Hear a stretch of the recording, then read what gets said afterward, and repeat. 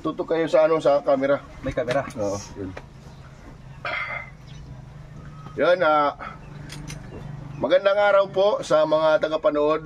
Po si Kuya Dix TV, isang vlogger na nangangarap na pumasok sa Pinoy Big Brother Season 11. Ako po ay nagka-interest na pumasok sa bahay ni Kuya dahil po sa sobrang kahirapan.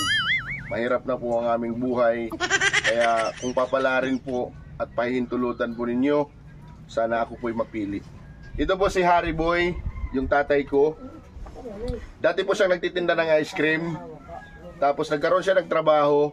Siyang bouncer, head bouncer sa isang club. Nagkaroon siya ng problema doon. Medyo umatakaran yung kanyang urag, mga kabader. Seryoso ba? Seryoso. Nagkaroon ng problema.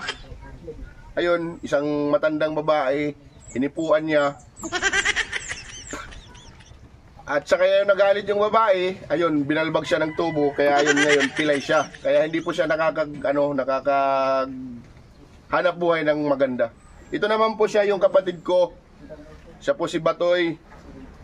Siya yung nakababata kong kapatid. Dati po siyang magaling. At saka yung kumplito yung pag-iisip niya.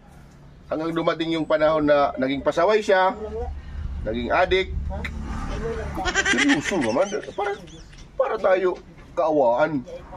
Ayun, pasaway, nakulong, nakalaya. Paglaya niya, hindi namin inaasahan ni tatay na magiging pasaway, kaya yun tuloy, binursutan siya. Hanggang ngayon po yung bursot niya hindi pa nauupay. Seryoso. Ginagawa po namin yung lahat para maupay lang yung bursot niya. Kaya yun, sana po talaga mapili po ako para magkaroon naman ng kulay yung buhay namin. Ito po si Lolo.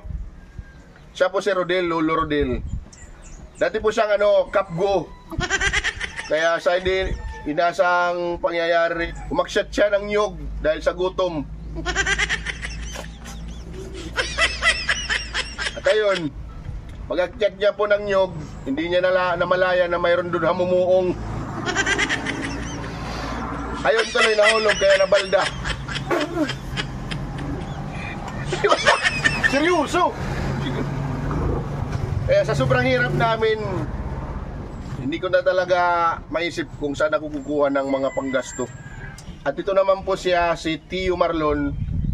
Siya po yung kapatid ng tatay ko. Siya po, dati ay kumpleto yung paa. Kaya ngayon, kasi siya nung una, may nakita siyang bike, mountain bike. Kaya yun, dinampot niya, tsaka nag-drive siya sa bike. Inabutan siya ng mayari, ay pinutulan yung paa niya. Ayun, wala na. Wala na. Ngayon po, ako po'y nagmamakaawa sa inyo. At sa iyo, Kuya, sana po ako'y mapili.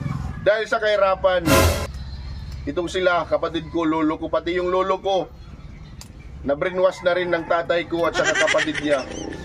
Yung hanap buhay po nila ngayon, nagtutulak na lang sila. Sandali! Tutulak na nga. Tutulak? Nagtutulak? Ano tutulak? Saan mo? Kapupos na mo ito. Hindi nga. Ano tinutulak? Sa hirap po ng buhay, nagtutulak na lang kami ng kariton.